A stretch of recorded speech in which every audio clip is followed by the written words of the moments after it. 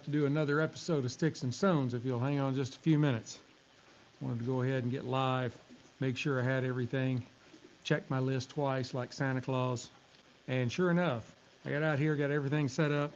I was sitting here, I'm like, all right, well, I got this, I got that. Okay, my lighter, my cutter in my pocket.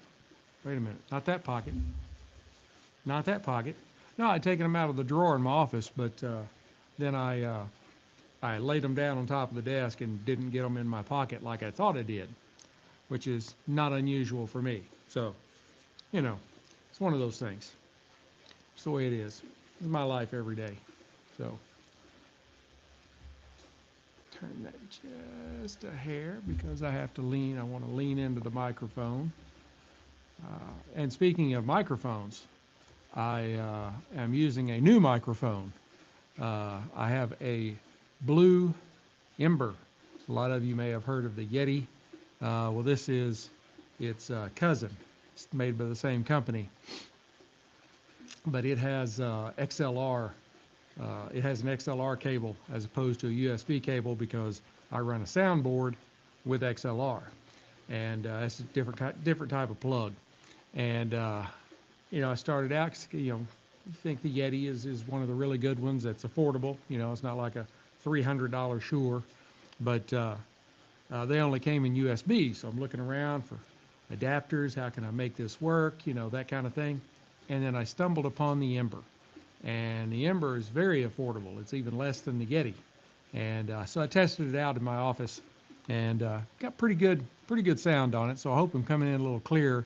I still don't think that it's drowning out the fountain in the background too much, but I typically now go in and overlay or underlay, whatever you want to say, some background music that is, you don't get into any copyright problems with the firm that I use for the software to produce this wondrous expedition. And um, so I just put in a little, whatever I feel like. They've got a whole selection of stuff. None of it is anything that it's it's not name brand music, I guess you could say. So, but anyway, it's a little music. Just play it in the background, really really low, just so it kind of drowns out some of the background noises. One day I hope to have a studio that has 4 walls instead of 3, and a ceiling. This one does have a ceiling, which is great, but I'm missing one wall. I'm trying to talk Mrs. Sticks-n-Stones into letting me build a shed bar in the backyard here where the kids' trampoline is now. They got to where they don't use it hardly at all. And it takes up about 12 feet by about 8 feet. That's just about right for a good shed bar. And then I could line it with cedar inside. Make it smell like cedar all the time. Get everything set up, and then it has 2 raising windows on the outside of it, so that's the bar. I got it all planned out. It's just I can't get her on board with it. That's kind of until she gets on board with it, can't do it. Because if Mama ain't happy, ain't nobody happy. So, all right. I was just wasting a little time because I announced on Instagram about 18 minutes ago that we were going to be going live in about 20 minutes. And so now I think we're about ready to kick off. I don't know if the music on the soundboard is going to come through to you, the intro music. I do have my cell phone, which is what I'm using for live stream. I do have it connected Bluetooth to the soundboard. And one time I did this, and the music came through. And the rest of the time, it's me sitting here, bobbing my head to the music, and y'all going, y'all probably looking, going, what music is he listening to? So, anyway. And then I've got live pro football. Won't use any terms or anything. Don't want to get a cease and desist. So I got a little something to keep my attention. I may glance over that way quite a bit, So I'm a football guy. Anyway, we are right at 3:20 my time, So we are going to get this show on the road. Here we go.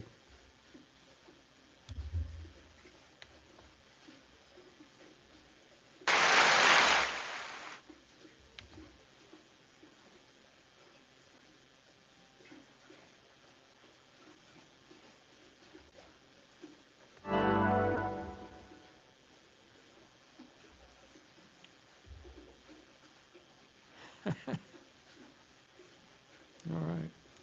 Let's launch this one more time.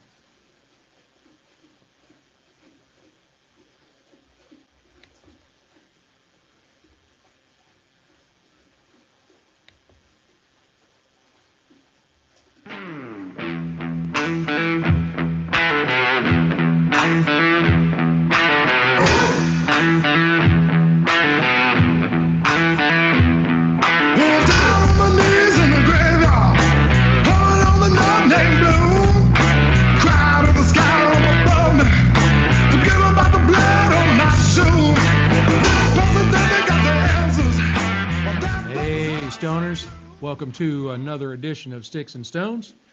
I am Brent Elrod, your travel guide for today's journey, and I think I've got something that is truly special. I think this is going to be a magnificent pairing. I am pairing the Rocky Patel Vintage 2006 San Andreas. It is pronounced San Andreas. If you look at the tag, you look at the secondary band, it does say San Andreas, but we'll get to why that's important in a moment. I think this is going to be an exceptional pairing. I am pairing it with a equally exceptional spirit in the Dalmore 12-year-old Scotch. I know this is just going to be magical. So right after this, we are going to pop the cork, cut the stick, and get to toasting. Now first, let's take a moment to really appreciate the beauty of the Rocky Patel Vintage 2006 San Andreas. It is cloaked in a dark Mexican San Andres wrapper.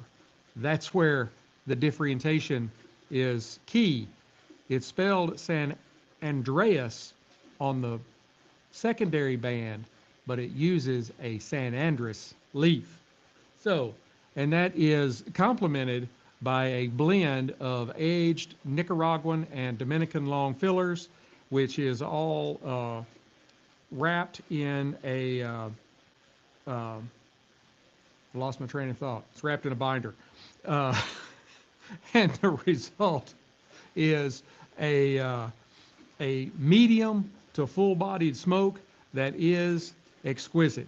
And as I mentioned, the secondary band has San Andreas, like the fault line in California, and maybe it's because this cigar is earth-shattering. That is definitely a possibility. I love this stick, but it uses the San Andres wrapper, which is the growing area in southern Mexico where the San Andres wrapper comes from. Now, this particular Vitola is a Robusto, 5x50 on the ring gauge. As I said, the filler is Nicaraguan and Dominican blend. The binder is, and I got it now, is a Connecticut broadleaf, and then it is wrapped in a beautiful San Andres wrapper. Visually, it is just a beautiful, beautiful dark kind of chocolate brown. There is tight, let me get this out in the sun just a little bit, tight but very visible seams. These are not even like marginally visible. Oh, you can see them. And it doesn't have a tremendous amount of veining, but what it has is very pronounced. And then it does have a wonderful triple cap. So I had to look, and it was hard to see. Now on the nose,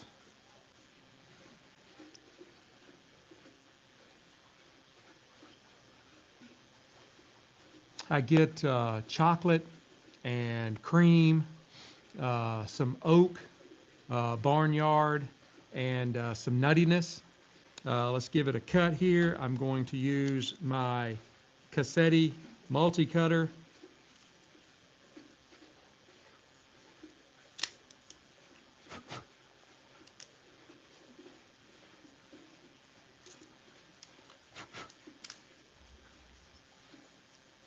Beautiful V-cut.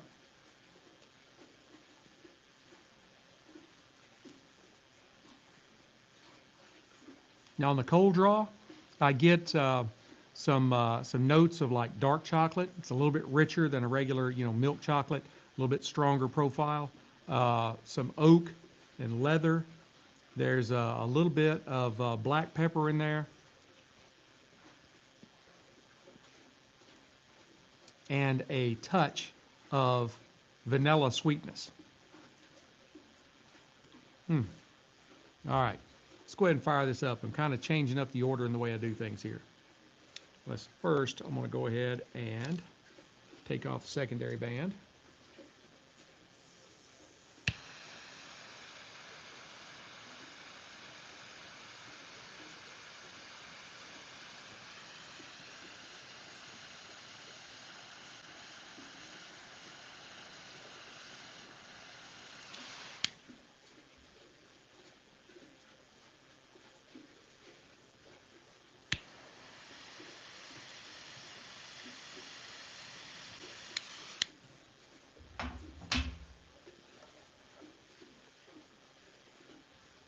As you can probably tell, there is just copious amounts of smoke coming off of this stick, and it's really good.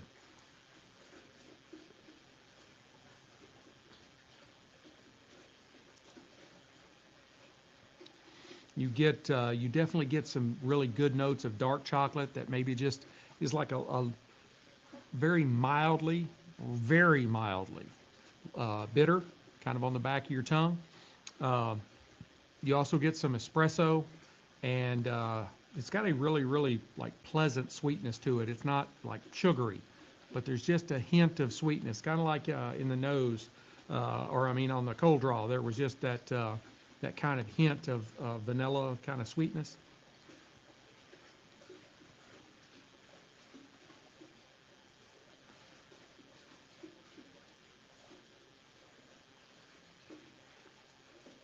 Man, I'm outside, and that still took a long time for that smoke to dissipate. This is a real smoker right here. All right, well, we got to move on. All right, now on to the Dalmore. The Dalmore is after I tried it a couple of times, and I actually got to try. If you go back and look in my historical library, you'll find that I've paired this a couple of times, and also I paired the 12-year, the 15-year, and the 18-year. I got them from one of their brand ambassadors, and I love the 12-year-old. Not taking anything away from the 15 and 18-year-old, but just for my palate, the 12-year was right on top, and it is my number one Scotch above anything else. And then I think most of you probably know my affinity for Johnny Walker, and the Green Label held that mantle for a decade or more, and it took trying the Dalmore to knock it off. Let's go ahead and glass some of this up. Nice little cork pop. My bottle's getting nearly empty. I'm going to have to replenish. The Dalmore is it is a wonderful, wonderful Scotch, in my opinion.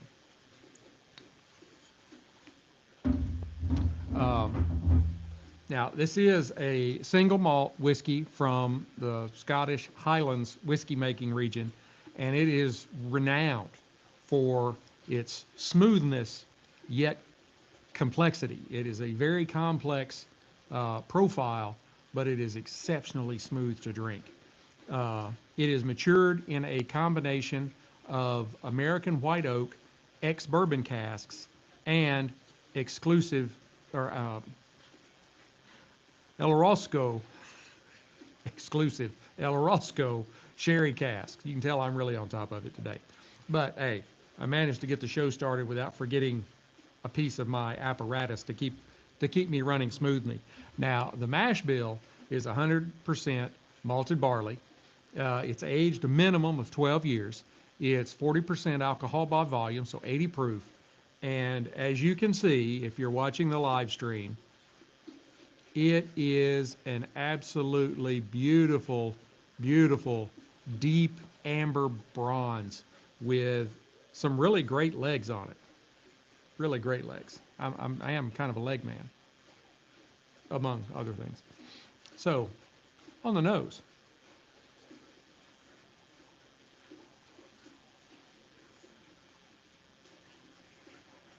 I get cinnamon and caramel, some coffee, maybe some almonds, and kind of that rich, uh, old bar or old church kind of rich wood uh, on the nose. That kind when you walk into a room like that and you can just smell it. It's like the wood's been there for a century. And it's just this wonderful, wonderful smell. It smells much better than, fresh wood. You definitely need some age on it. All right. On the palate.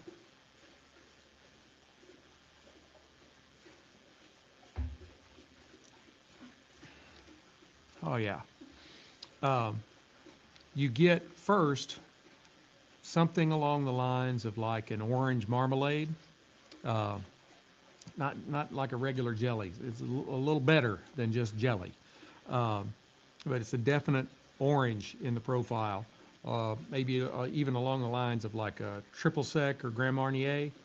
Um, and then you get a kind of a wash of Christmas spice and milk chocolate and I mean, just some wonderful notes of maybe a little bit of other kinds of citrus, but it kind of gets overtaken by the orange. But you think that they're there, and then there's also some toffee in there as well. It is just a. There's a reason why I love this, and this is my number one. All right, so let's try them together. I'm going in.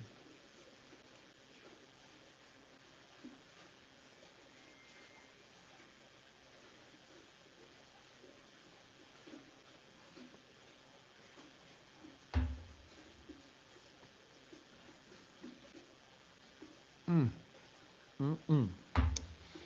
For those of you listening, I was holding the glass full, the Glencairn full of smoke on top of the scotch as it just slowly wafted up out of the top of the glass. Held it up to the camera for the people on the live stream to see. Uh, that's just one of those things. I just love to do it. Doesn't really mean much of anything, but I have noticed that some cigars stay in the glass much longer than others. And I think that's just a richer, heavier smoke. And these ones that put out these copious amounts of smoke, it's just going to take a little longer for it to exit out. But anyway, it's not what we're here for. All right. As I take that first flavorful puff of the vintage 2006, and then I take a sip of the Dalmore 12-year-old Scotch.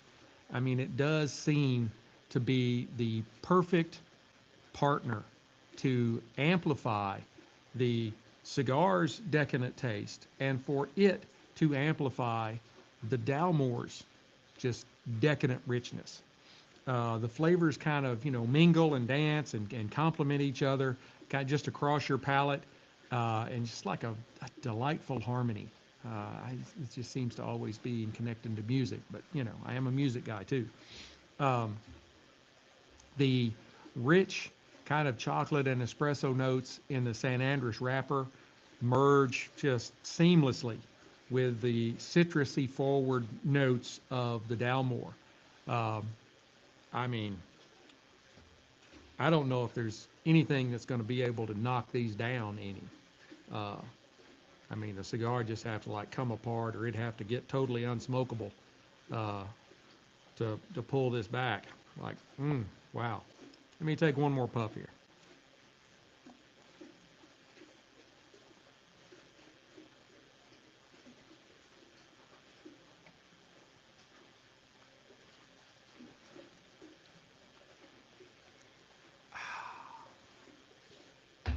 I'm telling you, this Dalmore is so smooth, you almost don't realize you're drinking whiskey.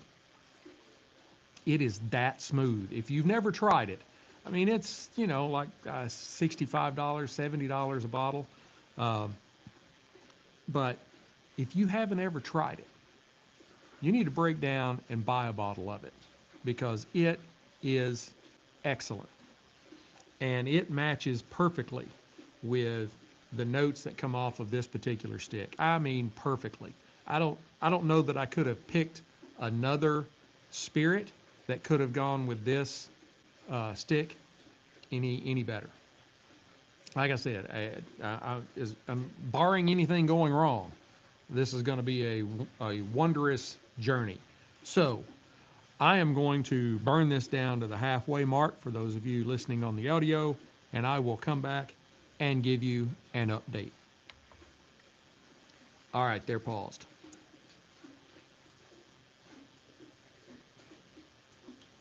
It is a little, we've had, in the last 10 days, I think we've had 3 of the 4 seasons. It's rained, it's been in the 70s, and right now, I think it might be in the 50s. It's typically Texas, If you don't like the weather, just stay around a few days. It'll change. And they've been talking about snow, but I don't think here. I think out in West Texas. People don't realize how far West Texas is from the rest of Texas. I tell people that maybe have never been here or maybe have only, gotten as far as like Dallas or whatever. I'm like, you can get to Texarkana and you start driving west. It takes you 12 hours to get to El Paso. 12 hours. From Dallas down to Brownsville, South Padre, you're talking like 8 or 9 hours. It is, somebody did a map one time and they took the distance it is from east to west in Texas, and then they went and they went to the edge, like the east side of Texas, and they did an arc of how long it would take you to get from east to west. And then they went west and they did an arc on the west side of Texas. And like you could drive from Texas to well into the panhandle of Florida. And that's how long it would take you to get from Texarkana to El Paso. And from El Paso west, you could get all the way to the West Coast, or at least close to it. Texas is a big state. Things are bigger in Texas because Texas is. My mother always told me, she's like, growing up, you always said you were going to go live in Texas. And I did. I wasn't born a Texan. I got here as quick as I could, though.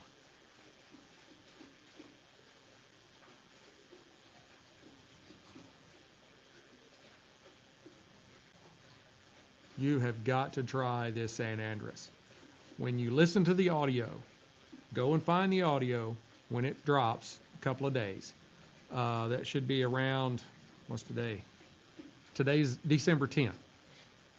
11, 12, somewhere around the December 12th, the audio will post. And I will make sure I get that done because like last week, it didn't get done until like Thursday.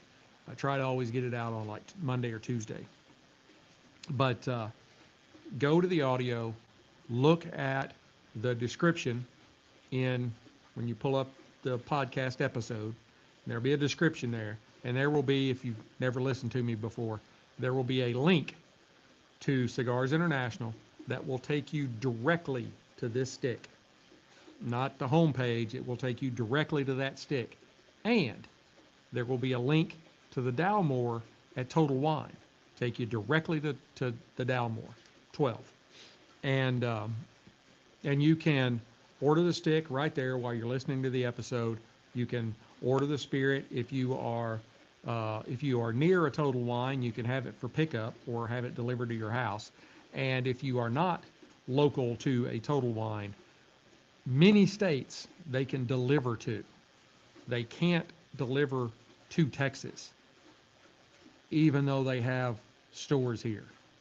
I have 2 Total Wines within 7 miles of my house, but they can't ship whiskey to me. or rum or vodka or whatever. But I can order it and have it delivered from the store. Not really sure why all that makes a difference. I'm sure a bunch of lawyers got paid a whole bunch of money to come up with that. But I do know it has something to do with the Secretary of States or Secretaries of States, and if they have signed an agreement with each other. So like I'm not a big wine drinker, but there is wine in Virginia that I love, Williamsburg, and I haven't tried anything from them that I have not liked. And they have this particular bottle, naturally, the one that I love the most, they're not allowed to ship anywhere. And I think that may be more them than it is, it's against the law or whatever. But it only comes in half bottles. It's similar to ice wine. Oh my God, it's delicious. Oh, and they make a red raspberry, I think. It's really good too. But I buy a blush from them. I think it's a blush. It's a light one. But I'm more of a sweet wine guy. I don't like dry wines. And I don't drink wine very often. But port, I will mix port with a cigar. I'll have to do another port here pretty soon. Find me a new port and Newport. Find me a new port to pair with a whiskey. I mean, pair with a cigar. So.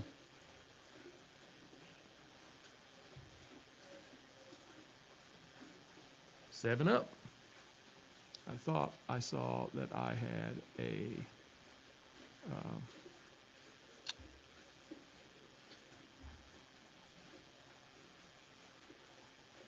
oh, okay. All right. Now, that was my eldest daughter that she said I gave her too much money. And I'm like, no, I didn't. I gave you exactly what you needed. So, I love my babies. I got 3 completely beautiful daughters.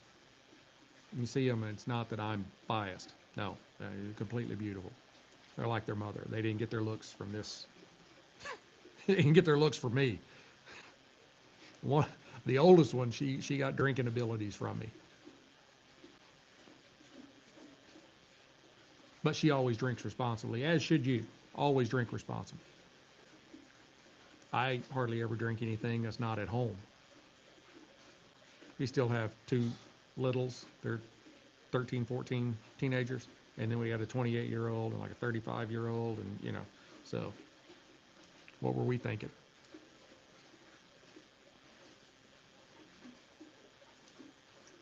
Maybe we enjoyed that so much when we were in our 20s. We need to start over again and try it again in our 50s. Not the same.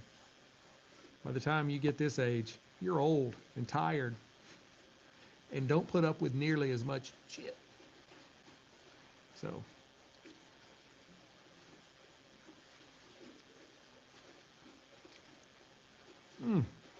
oh, and I've been just drawing on this cigar like crazy, and I was ignoring the Dalmore, and it was calling to me.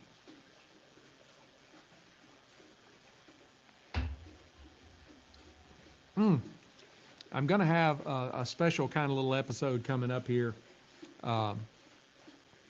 about different kinds of cigar leaves. It's going to be one, I can do in the house. Don't have to worry about, lighting up a cigar or whatever. I may do it on live stream. I don't know. I don't know that it would come across all that well on live stream because it's not like I would really do anything. But I might, maybe look like a newscaster or something. But yeah, it's going to be on the different cigar leaves. The Connecticut and Maduro, Habano, Oscuro, like that. Just trying to give out information. There's a lot of people getting into cigars now that have not been into them before, and it can be a daunting task to figure all this stuff out. What's the different leaves? How do they taste different? What's the different cigar sizes, shapes, all that kind of stuff. And the manufacturers aren't completely consistent either. I mean, typically a Robusto is 5 by 50 on the ring gauge, but it could be 5.5 by 52. Whatever. they some of them are pretty standard, like the 7 by 48 Churchill.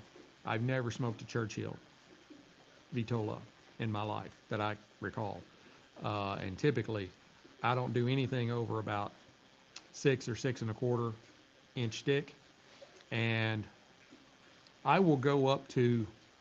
I've done 6 by 60, but typically I do like 5 by 50 up to about 6 by 54. That's kind of where I fall. Uh, I really love the Java by Drew Estate, the square box press that is 5 by 54. I love that. The red label. I do love the regular brown label as well. I've got more. I've got, I don't know, probably almost an entire box of those. Uh, but I love that box press 5 by 54 Java. It is really good. Still got some wonderful ash working here. I mean, I love good ash, you know.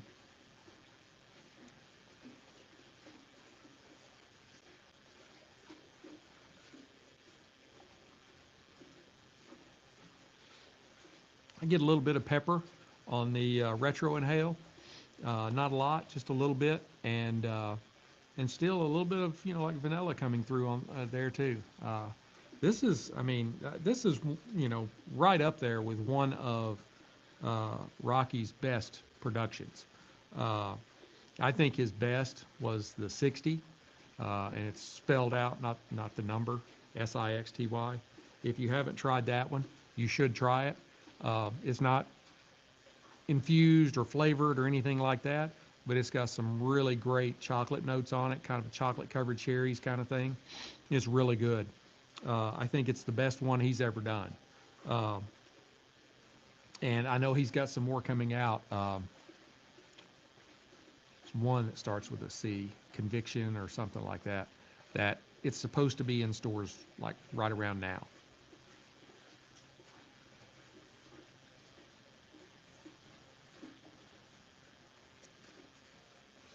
Mm.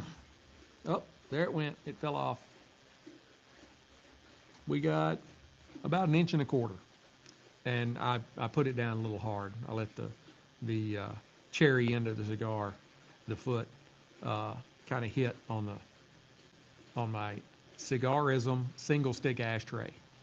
Uh, you need to go find the the folks at Cigarism.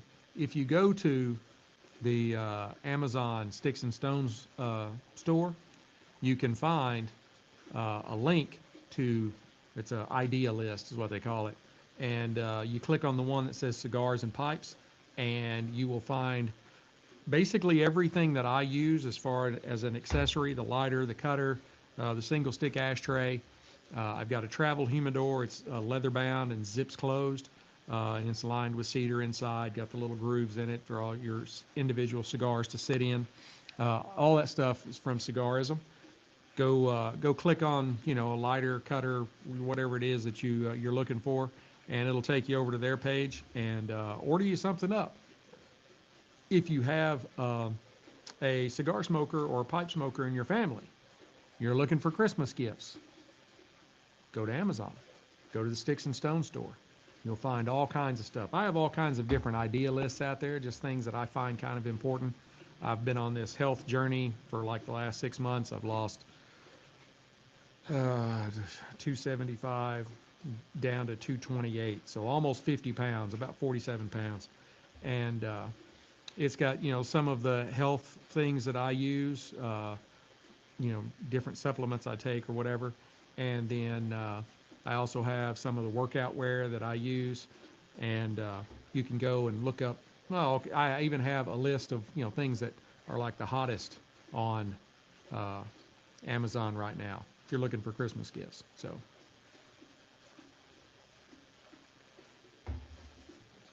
Hmm.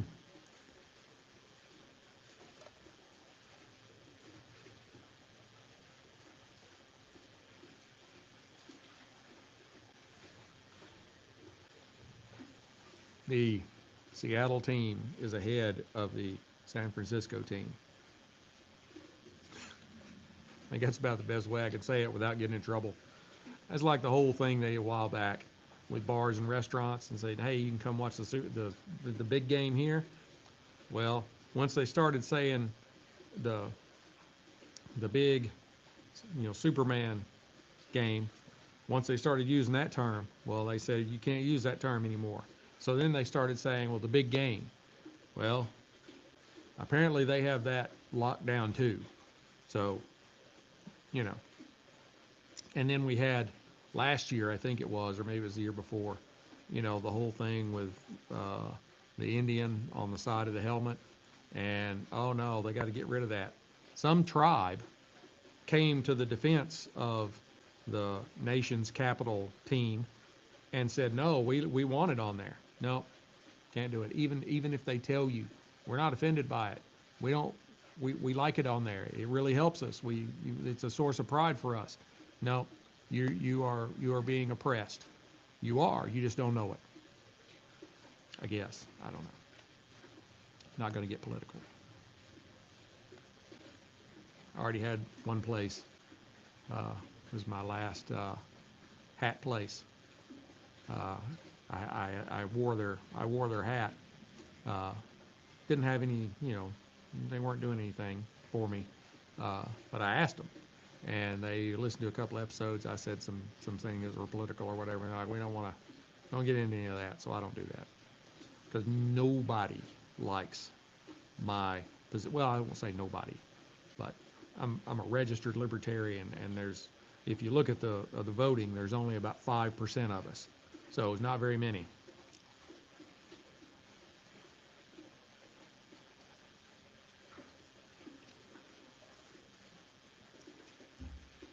And it's almost Christmas time. I love Christmas.